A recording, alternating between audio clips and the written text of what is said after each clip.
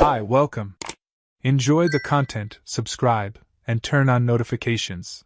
Jordan and Camille had been married for almost 8 years and lived in Toledo, Ohio, where they'd built a quiet, low-key life based on mutual understanding. From the start, they weren't the kind of couple that made big public displays, but there was a silent pact between them of partnership and respect. Their relationship worked like a well-oiled machine.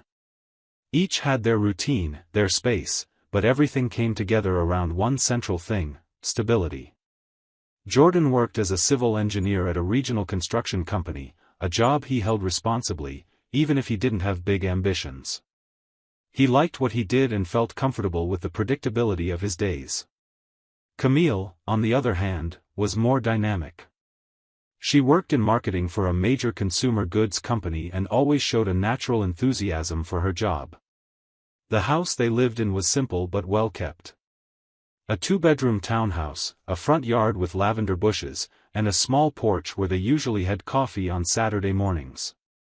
They didn't have kids, by mutual choice, but the absence of children was never a point of conflict.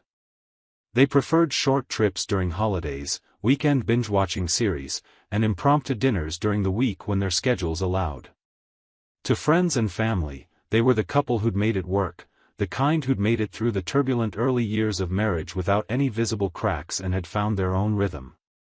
The routine started taking on new shades when Camille began standing out more clearly at work. It started with praise from co-workers, then small internal recognitions, and then came the promotions. In less than a year, she moved up 3 positions. First she was promoted to supervisor of regional campaigns, then became manager of key accounts, and finally rose to deputy creative director. Her growth was fast, faster than the company's usual pace, but everyone seemed to agree she deserved it. She was articulate, creative, and knew how to lead teams with firmness and empathy. Jordan, in turn, greeted each piece of news with genuine excitement. He'd prepare special dinners to celebrate, buy flowers, send messages during the workday congratulating her on her achievements. He took pride in every step she took. There was never a moment when he showed jealousy, suspicion, or discomfort about the intense pace of her career. On the contrary, he made a point of praising his wife's success in conversations with friends and coworkers. He said Camille was an example of competence, and that seeing the woman he loved reach higher levels was a source of joy. She, at least on the surface, seemed equally happy. She'd come home tired but in good spirits, share work stories with Jordan, and still made sure to keep their couple's rituals intact. Friday pizza nights, slow Sunday coffees, and little everyday jokes remained steady, as if nothing had changed. Their dynamic showed no flaws. There were no serious fights, long silences, or sudden behavioral shifts. Camille kept the same soft tone of voice, the same thoughtful gestures, and Jordan stayed as calm as ever. When she mentioned longer meetings, short trips for strategy sessions, or corporate dinners, Jordan would just tell her to enjoy herself, rest when she could, and be careful on the roads. He never questioned anything. The trust between them seemed solid enough to withstand anything. In Jordan's eyes, they were in the best phase of their lives. A mature marriage, a stable home, careers moving forward, and future plans that seemed closer than ever. They talked about buying a second home in the countryside, maybe slowing down work a bit in the coming years, or even taking a sabbatical to travel. Everything pointed to a peaceful future. Camille never showed impatience or coldness. On the contrary, she kept calling him love, sending messages in the middle of the day, leaving sweet notes on the fridge door. And Jordan, carried along by this normalcy, never even considered that something might be off. To him, Camille was the same woman as always, maybe just busier and more recognized. The house stayed in order, the relationship flowed easily, and her career was just one more of the many achievements that seemed natural given her dedication. At no point did he imagine there could be any shadow behind that shine. Nothing in her behavior suggested distance, coldness, or lies. What they had was, to him, more than a marriage. It was an established partnership.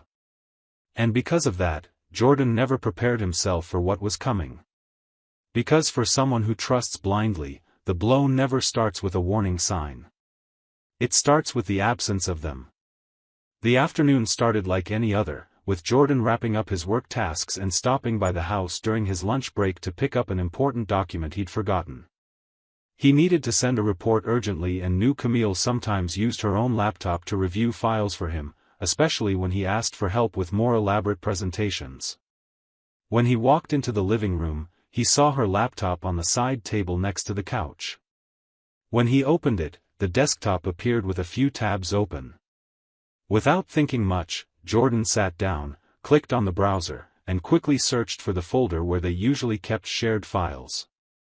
As he minimized one window, he accidentally opened another. It was a private browsing tab with an email account open. Camille had definitely forgotten to log out. By instinct, he almost closed it. But the subject line of one message caught his attention, about the weekend, with a date from 2 days ago. The sender was Kenneth Blake. The name wasn't unfamiliar. Camille had mentioned Kenneth a few times before, always respectfully, saying he was the company's vice president and one of the people responsible for her latest promotion. He was an influential man, discreet, in his 50s. Married, father of 2 kids, as she'd mentioned. Until then, nothing suggested any closeness beyond the workplace. But that message sparked something he couldn't name right away. The hesitation lasted only a few seconds. Jordan clicked. The message was short, but the language bordered on intimate.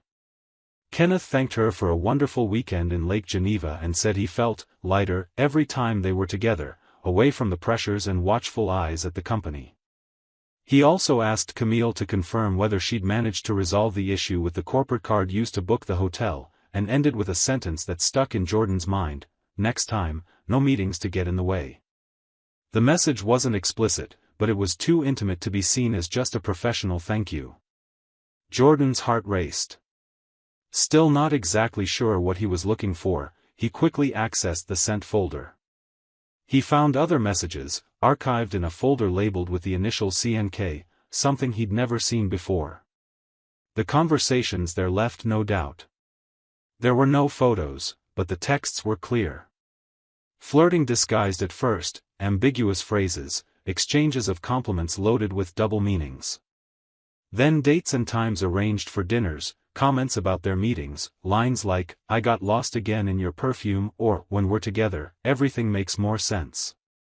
This wasn't friendship, nor was it just co-worker camaraderie. It was an affair. And it didn't seem recent. Jordan pulled away from the laptop as if he'd touched something toxic. The air felt heavier. For a few moments, he sat frozen, trying to organize his thoughts. The first feeling was disbelief. Then came anger, followed by a dull ache in his chest, as if the ground had given way beneath his feet. Camille, the woman he admired, whom he'd always defended and supported, was involved with her own boss. Not just involved, but carrying on a hidden, ongoing relationship, complete with trips and dinners while he, at home, celebrated her promotions with pride. Jordan's mind spiraled. He tried to find explanations, looked for reasons that would make everything less devastating. He thought about confronting her that night, waiting for the right moment. But the anger wouldn't let him. The pain demanded an answer. He stood up, grabbed his phone, quickly took photos of the most incriminating messages, and left the house with his heart pounding so hard he could barely breathe. The drive to Camille's workplace seemed shorter than usual. Every traffic light was a test of patience. Each image of those messages replayed in his head, as if trying to deepen the impact of the betrayal. Arriving at the building where she worked, Jordan went straight to the front desk. He didn't have an appointment or a visitor request. He just said he needed to speak with his wife, that it was urgent. The receptionist, after confirming his details, called Camille's extension. A few minutes later, she appeared in the lobby. She was dressed as elegantly as always, hair tied back, light makeup. Her smile when she saw him was brief, but disappeared the moment she noticed his expression. Jordan didn't say anything right there. He just asked that they go to the parking lot. She tried to understand why he'd shown up unexpectedly, but he didn't respond. His silence was answer enough. When they reached the car, Jordan showed her his phone with the screenshots open. Camille's eyes widened immediately. She took the phone with trembling hands, read one message, then another, and handed it back in silence. She tried to say she needed to explain, that it wasn't what he thought, that things were more complicated. But Jordan, holding himself together, simply asked firmly, "Are you having an affair with your boss?" Camille hesitated. She blinked several times, as if searching for courage or the right words. The silence between them grew. And even without an answer, Jordan already knew the truth. He didn't need to hear anything else. The lack of denial was confirmation enough. And in that moment, the image of their marriage began to collapse from within, no shouting, no audience, just the silent pain of someone realizing they'd been deceived in the place where they'd felt safest. Camille stayed silent for a few seconds after Jordan's question, but her look said it all. Her eyes avoided his, her breathing was quick, and her hands, still holding the phone, visibly trembled. When she finally managed to speak, her voice was low, almost a whisper. She said denying it was pointless, that Jordan already knew. She tried to justify it by saying it had started unexpectedly, that there was no plan, no premeditation. She said she'd felt pressured, watched, that the company was competitive, and that Kenneth had approached her at a moment when she felt vulnerable and eager for recognition. Jordan just listened. He didn't interrupt, didn't question, didn't react. He only observed, as if every word coming from her mouth was the final piece of a puzzle he'd rather never have completed. Camille said the first more personal contact happened shortly before her first promotion. Kenneth began scheduling individual meetings, showing more interest in her performance, praising her work, telling her she had a future at the company. She, flattered, moved closer. According to her, everything seemed purely professional at first, until a dinner after a results presentation ended with their first kiss. She said she was shocked, that she thought about ending it right there, but instead, she gave in. And after that came more meetings, more trips, more excuses to be available outside work hours. The involvement with Kenneth, in her own words, grew quietly, hidden beneath the achievements everyone around her believed were the result of hard work and talent alone. Jordan listened, his eyes fixed on hers. His heart pounded, but his face stayed still, as if the pain was too great to show in any reaction. When Camille finished speaking, there was no argument, no shouting, no accusations. Jordan just took a deep breath, took his phone back, and said he wouldn't be coming home that night. Camille tried to move closer, said she needed to explain better, that she still loved him, that everything had spiraled out of control. But he stepped back, asked her to respect that moment. He said he didn't know what tomorrow would bring, but he needed to leave right then. And that's exactly what he did. Jordan drove to his parents' house, where he stayed silent until the next day. He didn't sleep. He spent the night staring at the ceiling of his old room, trying to figure out exactly when everything had started to fall apart. His mind spun through happy memories, messages exchanged over the years, trips, promises, celebrations. Everything now seemed tainted. There was no way to separate the good parts from the current wreckage. The betrayal had the force of an earthquake, leaving nothing standing. The next morning, Jordan got up, had a quick coffee, and called a lawyer. He explained the situation straight to the point, asked for guidance on the divorce process, and scheduled an appointment for that same day. He didn't want to delay, didn't want to wait for his emotions to cool. What he felt wasn't passing anger, it was the certainty that something had broken beyond repair. Trust was the foundation of their marriage, and now, with that foundation eroded, nothing else made sense. The process started that same day, but Jordan had no intention of letting everything end quietly and cleanly. This story wouldn't just be another divorce, it would be an example of how some betrayals come with too high a price. While the lawyers exchanged emails and drafted petitions, he worked in parallel on a plan he'd been forming since the moment he discovered the truth. Right after signing the divorce petition, Jordan made his first move. He sent the package of evidence to the company's ethics committee anonymously, but with every detail needed to guarantee the material's authenticity. This wasn't gossip, it was a clear case of misconduct, misuse of corporate resources, and an inappropriate relationship between superior and subordinate. At the same time, an identical envelope was sent to Abigail Blake's home, Kenneth's wife. The reaction was swift. Internally, the board met behind closed doors and launched a secret investigation. Camille, unaware the blow was coming from so close, only noticed that the office atmosphere had suddenly changed. Conversations stopped when she approached, strategic meetings were held without her, and projects she led were handed over to other managers. Friendly expressions were replaced by cold, distant stares. On the other side, Kenneth started feeling the ground give way beneath him. The charismatic, respected vice president began receiving fewer and fewer invitations to high-level meetings. His peers avoided him, and even the CEO, once a close friend, now treated him with the cold formality reserved for someone about to be discarded. The final blow came from home. When Abigail received the package of evidence, she didn't scream or cry. She simply hired the best family lawyer she knew and, in less than a week, filed for divorce. She left the house with both children, took half the assets, and demanded a substantial alimony. Kenneth, who until then saw himself as untouchable, suddenly found himself alone in a rented, cold apartment, with half his wealth and no credibility. The company didn't want headlines. Under the guise of strategic restructuring, they transferred Kenneth to the Boise, Idaho branch, a city far from major centers, where he took on an irrelevant administrative role. In practice, it was a humiliating demotion. Everyone knew. Especially him. Camille didn't escape unscathed.